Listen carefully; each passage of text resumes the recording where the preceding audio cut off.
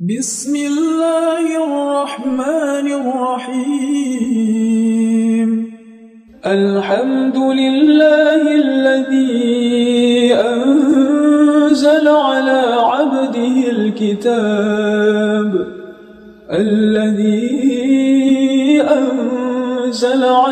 عبده الكتاب ولم يجعل له عوجا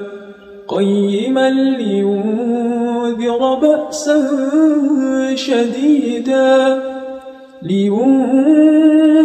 بأسا شديدا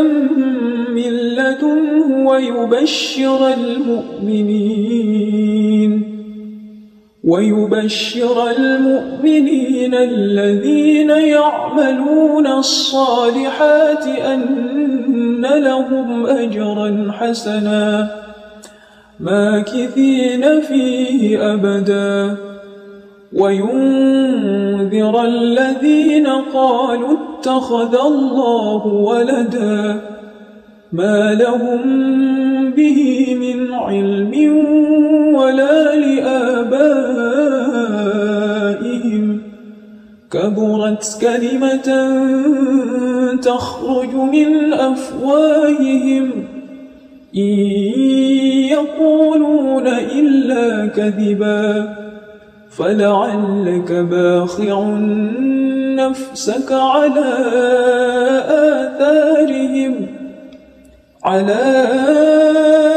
آثارهم إن لم يؤمنوا بهذا الحديث أسفا إنا جعلنا ما على الأرض زينة لها لنبلوهم أيهم أحسن عملا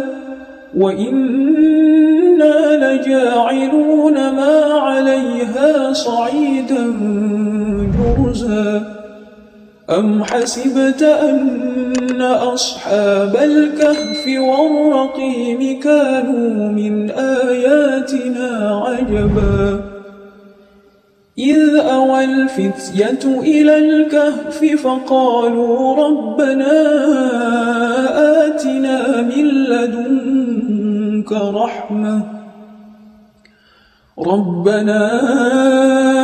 آتنا من لدنك رحمة وهيئ لنا من أمرنا رشدا فضربنا على آذانهم في الكهف سنين عددا ثم بعثناهم لنعلم أي الحزبين أحصى لما لبثوا أمدا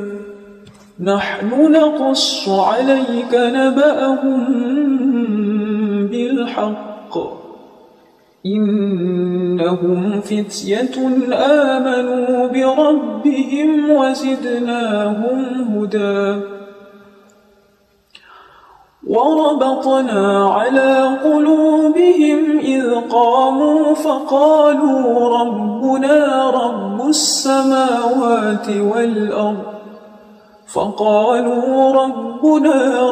السماوات والأرض لن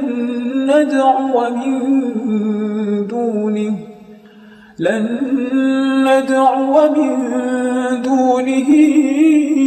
إلها لقد قلنا إذا شططا هؤلاء قوم اتخذوا من دونه آلهة لولا يأتون عليهم بسلطان بين فمن أظلم ممن افترى على الله كذبا وإذ اعتزلتموهم وما يعبدون إلا الله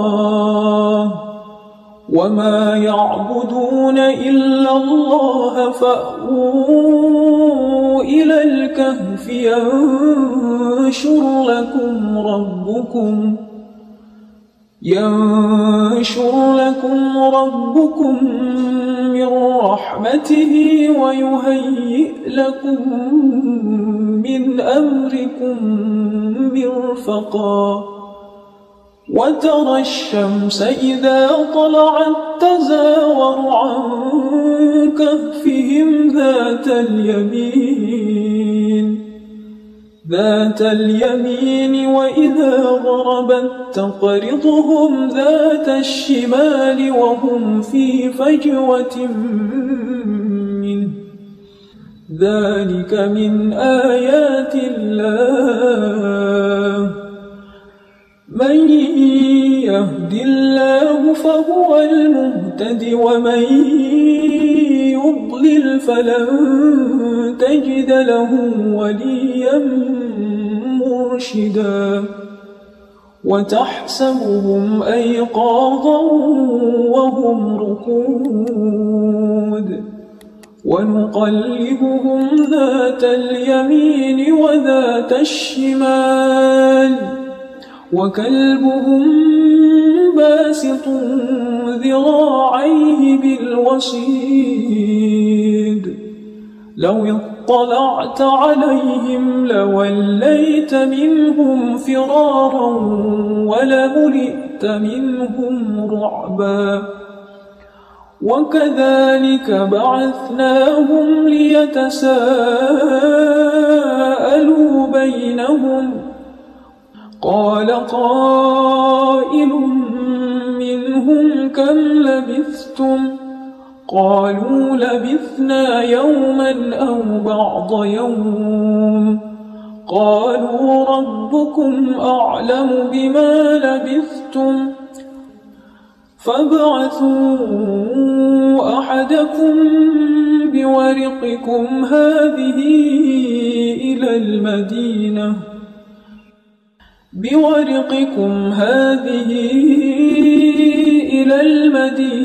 فلينظر أيها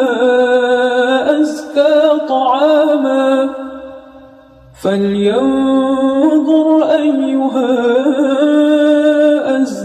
طعاما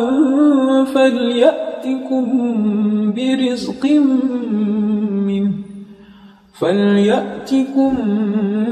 برزق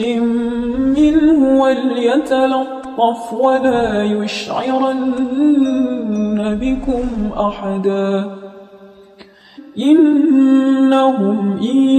يظهروا عليكم يرجموكم أو يعيدوكم في ملتهم ولن تفلحوا إذا أبدا وكذلك أعثرنا عليهم ليعلموا أن وعد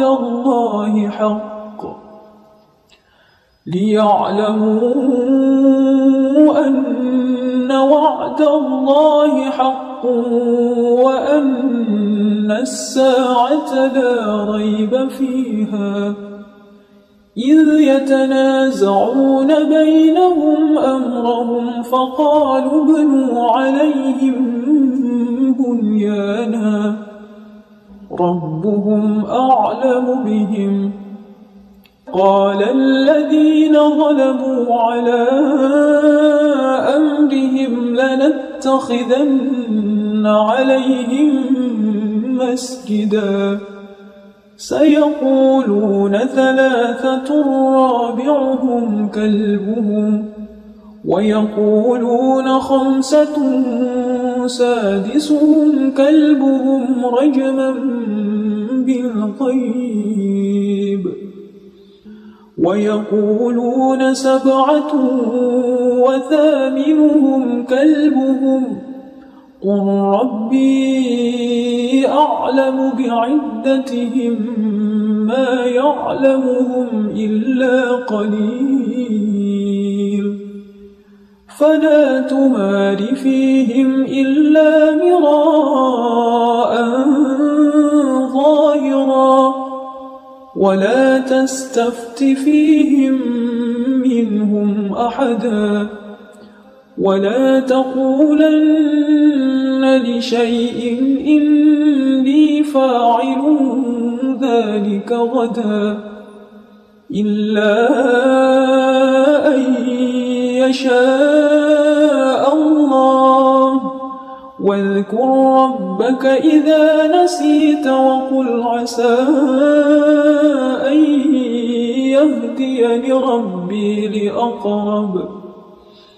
وقل عسى أن يهديني ربي لأقرب من هذا رشدا ولبثوا في كهفهم 300 سنين وازدادوا 9 قل الله أعلم بما لبثوا له غيب السماوات والأرض أبصر به وأسمع ما لهم من دونه من ولي ولا يشرك في حكمه أحدا واتل ما أوحي إليك من كتاب ربك لا مبدل لكلماته ولن تجد من دونه ملتحدا واصبر نفسك مع الذين يدعون ربهم بالغداة والعشي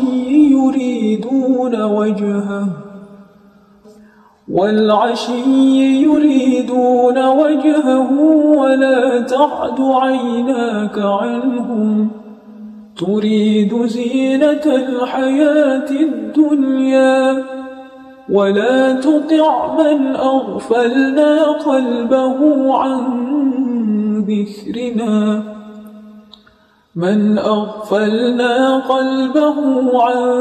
ذكرنا واتبع هواه وكان أمره فرطا وقل الحق من ربكم فمن شاء فليؤمن ومن شاء فليكفر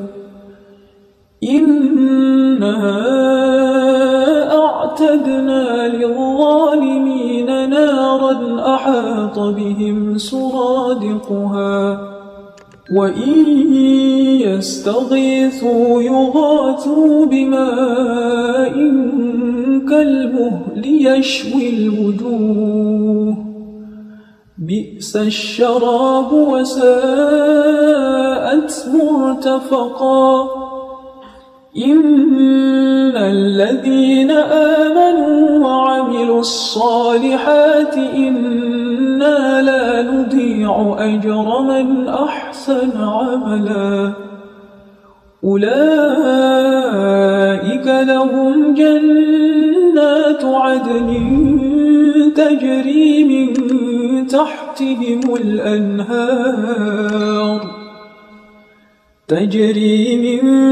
تحتهم الأنهار يحلون فيها من أساور من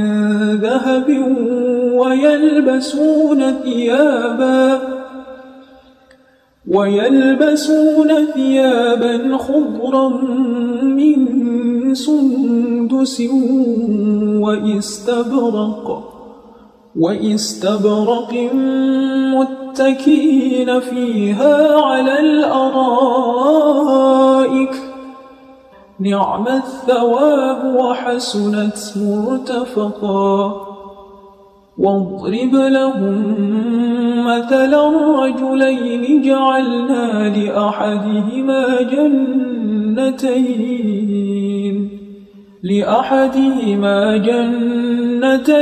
من أعناب وحففناهما بنخل وجعلنا بينهما زرعا كلتا الجنتين جنتين آتت أكلها ولم تظلم منه شيئا وفجرنا خلالهما نهرا وكان له ثمر فقال لصاحبه وهو يحاوره أنا أكثر منك مالا وأعز نفرا ودخل جنته وهو ظالم لنفسه قال ما أظن أن تبيد هذه أبدا وما أظن الساعة قائمة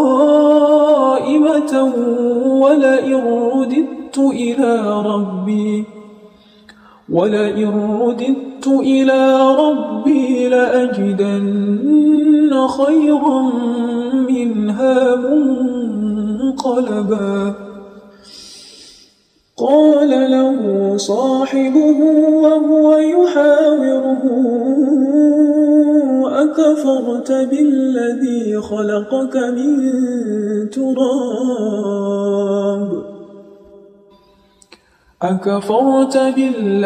خلقك من تراب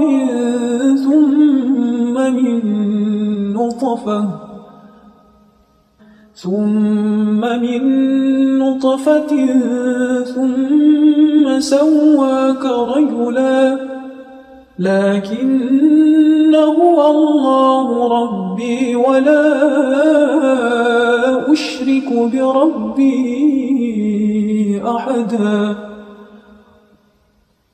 ولولا إذ دخلت جنتك قلت ما شاء الله لا قوة إلا بالله إن ترني أنا أقل منك مالا وولدا فعسى ربي أن يؤتيني خيرا من جنتك ويرسل عليها حسبانا من السماء فتصبح صعيدا زلقا أو يصبح ماؤها غورا فلن تستطيع له طلبا وأحيط بثمره فأصبح يقلب كفيه على ما أنفق فيها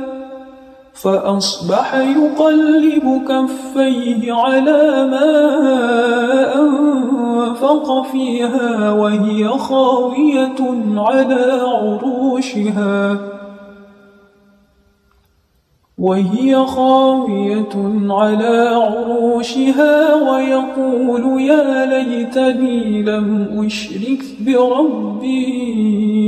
أحدا ولم تكن له فئة ينصرونه من دون الله وما كان منتصرا هنالك الولاية لله الحق هو خير ثوابا وخير عقبا واضرب لهم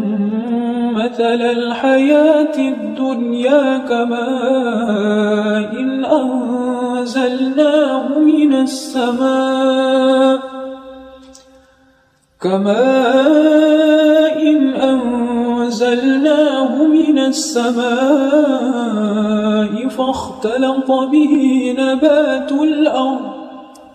فاختلط به نبات الأرض فأصبح هشيما تذروح الرياح وكان الله على كل شيء مقتدرا. المال والبنون زينة الحياة الدنيا،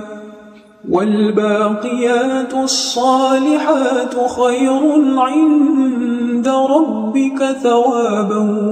وخير أملا. ويوم نسير الجبال وترى الأرض بارزة وحشرناهم فلم نغادر منهم أحدا وعرضوا على ربك صفا لقد جئتمونا كما خلقناكم أول مرة بل زعمتم أن لن نجعل لكم موعدا. ووضع الكتاب فترى المجرمين مشفقين مما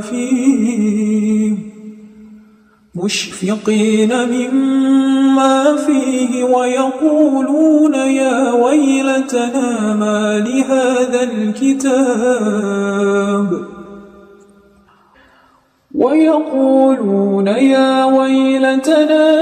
لهذا الكتاب لا يغادر صغيرة ولا كبيرة إلا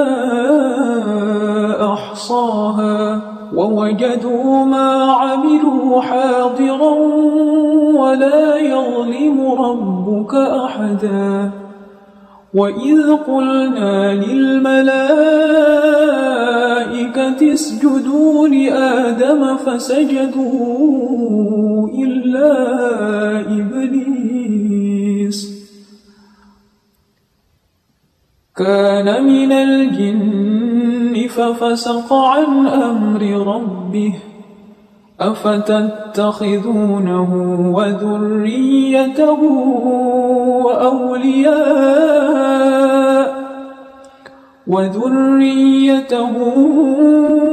أولياء من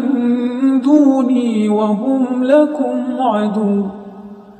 بئس للظالمين بدلا. ما أشهدتهم خلق السماوات والأرض ولا خلق أنفسهم وما كنت متخذ المضلين عضدا. ويوم يقول نادوا شركائي الذين زعمتم فدعوهم فلم يستجيبوا لهم وجعلنا بينهم موبقا. ورأى المجرمون النار فظنوا أنهم مواقعوها ولم يجدوا عنها مصرفا. ولقد صرفنا في هذا القرآن للناس من كل مثل وكان الإنسان أكثر شيء جدلا. وما منع الناس أن يؤمنوا إذ جاءهم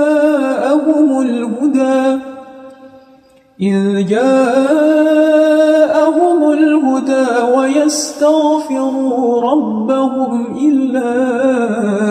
أن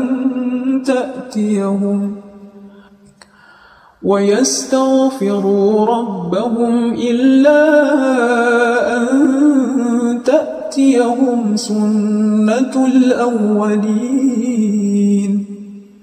سنة الأولين أو يأتيهم العذاب قبلا. وما نرسل المرسلين إلا مبشرين ومنذرين منذرين ويجادل الذين كفروا بالباطل ليدحضوا به الحق واتخذوا آياتي وما أنذروا هزوا ومن أظلم ممن ذكر بآيات ربه فأعرض عنها ونسي ما قدمت يداه إنا جعلنا على قلوبهم أكنة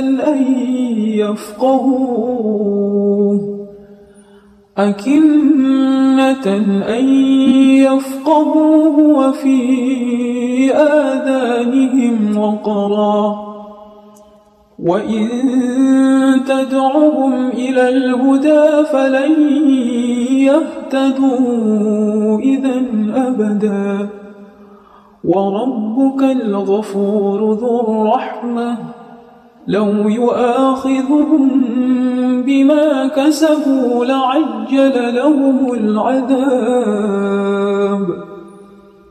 بل لهم موعد لن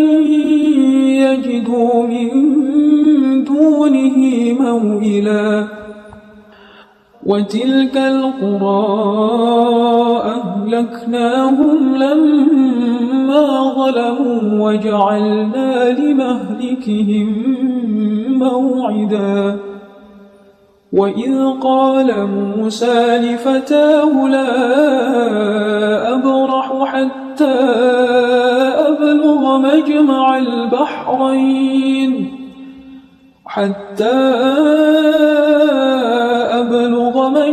البحرين أو أمضي حقبا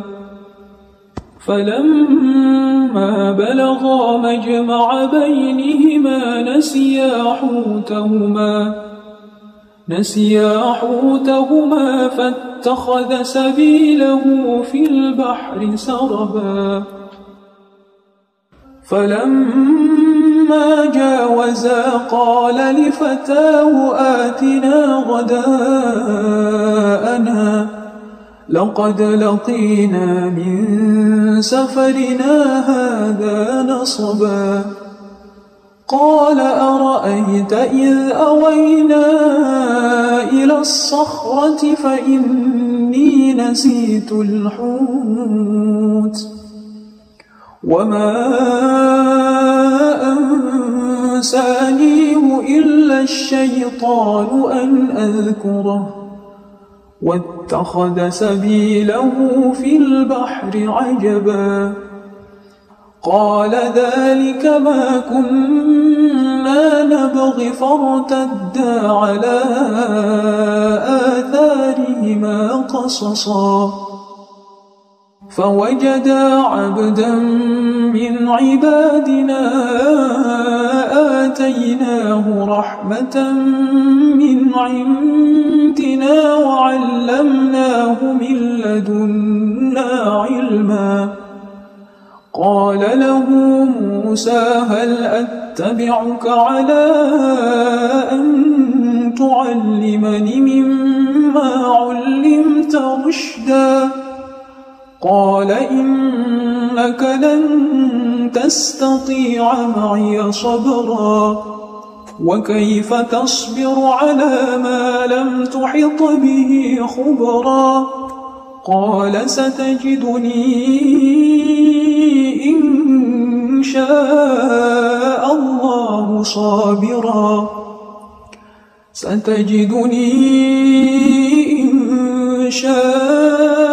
الله صابرا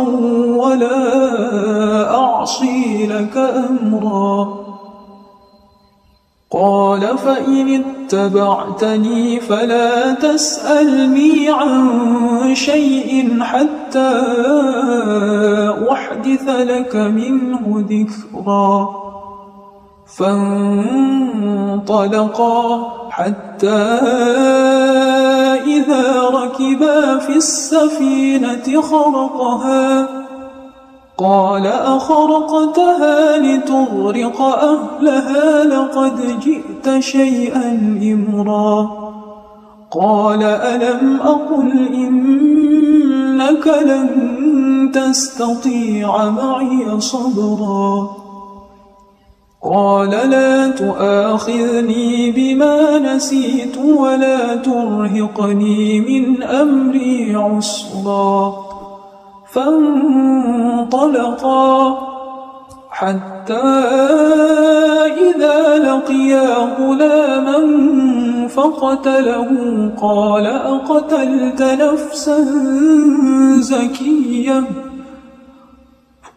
أقتلت نفسا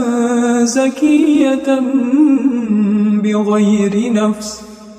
لقد جئت شيئا نكرا قال ألم أقل لك إنك لن تستطيع معي صبرا قال إن سألتك عن شيء بعدها فلا تصاحبني قد بلغت من لدني عذرا فانطلقا حتى إذا أتيا أهل قرية استطعما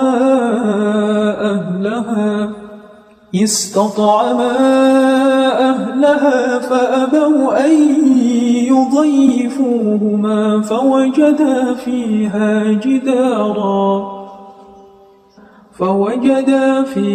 جدارا يريد أن ينقض فأقامه قال لو شئت لاتخذت عليه أجرا قال هذا فراق بيني وبينك سأنبئك بتأويل ما لم تستطع عليه صبرا أما السفينة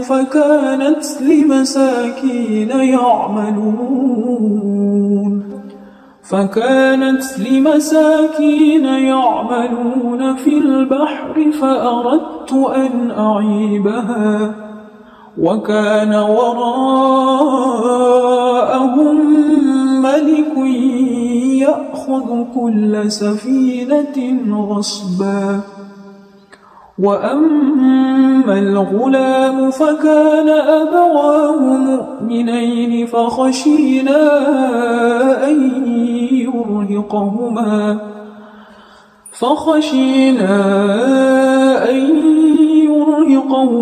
طغيانا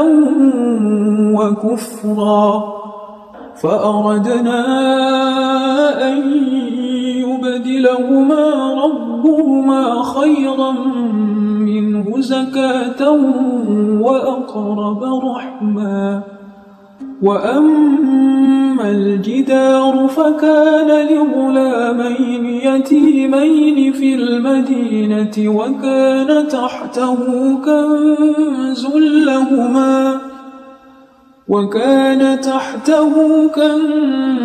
لهما وكان أبوهما صالحا فأراد ربك أن يبلغا أشدهما ويستخرجا كنزهما رحمة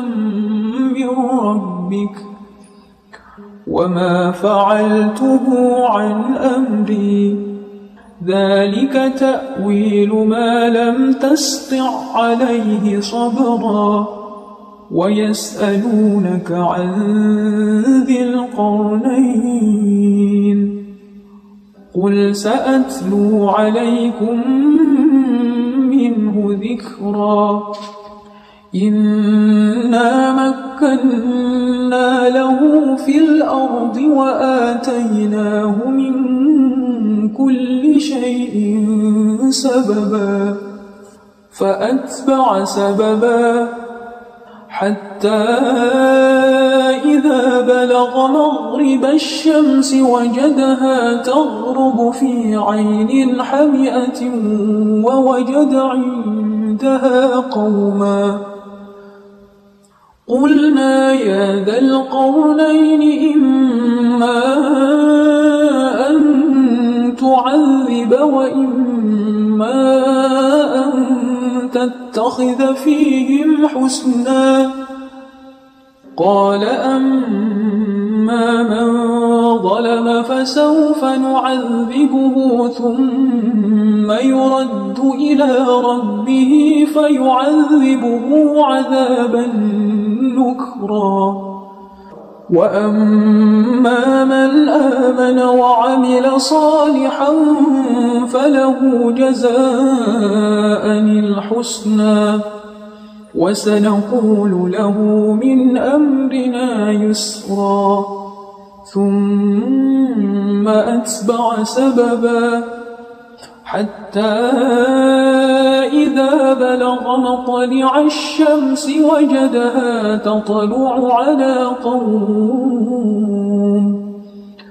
وجدها تطلع على قوم لم نجعل لهم من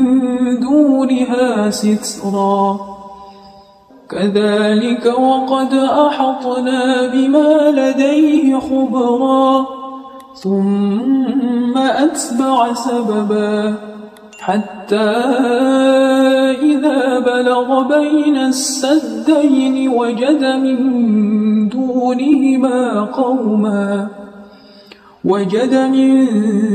دونهما قوما لا يكادون يفقهون قولا قالوا يا ذا القرنين إن يأجوج ومأجوج مفسدون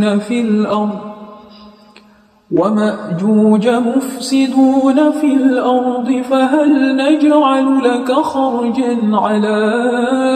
أن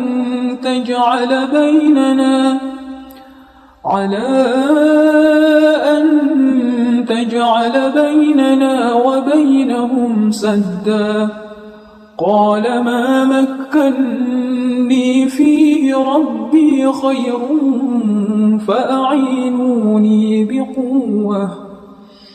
فأعينوني بقوة أجعل بينكم وبينهم ردما آتوني زبر الحديد حتى إذا ساوى بين الصدفين قال انفخوا حتى إذا جعله نارا قال آتوني أفرغ عليه قطرا فما استطاعوا أن يظهروه وما استطاعوا له نقبا قال هذا رحمة من ربي فإذا جاء وعد ربي جعله دكا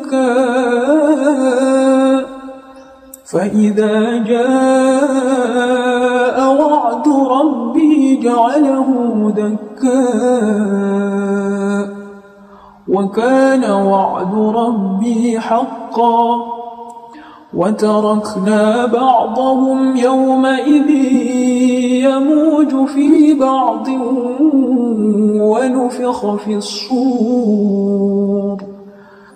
ونفخ في الصور فجمعناهم جمعا وعرضنا جهنم يومئذ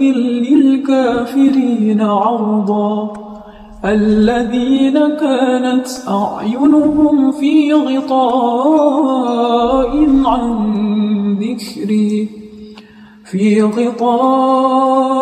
عن ذكري وكانوا لا يستطيعون سمعا أفحسب الذين كفروا أن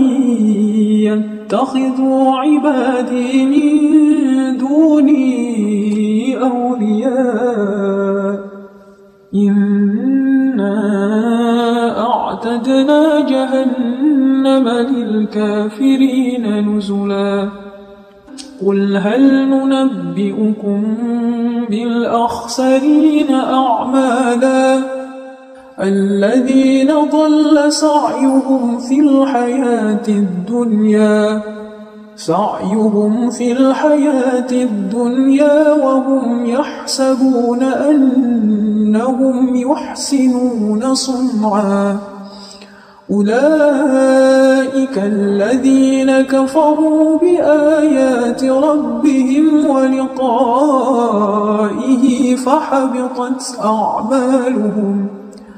فحبطت أعمالهم فلا نقيم لهم يوم القيامة وزنا ذلك جزاؤهم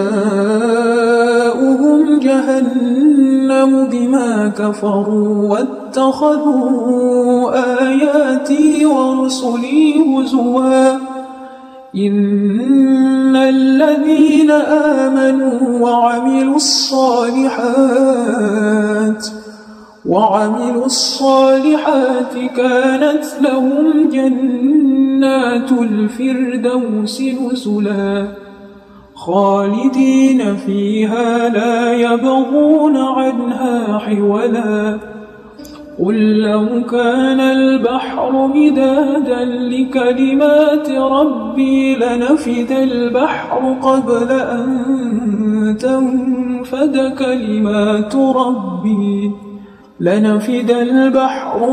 أن تنفد كلمات ربي ولو جئنا بمثله مددا قل إنما أنا بشر مثلكم يوحى إلي أنما إلهكم إله واحد فمن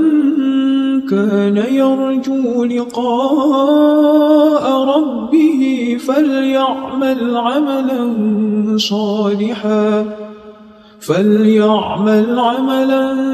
صالحا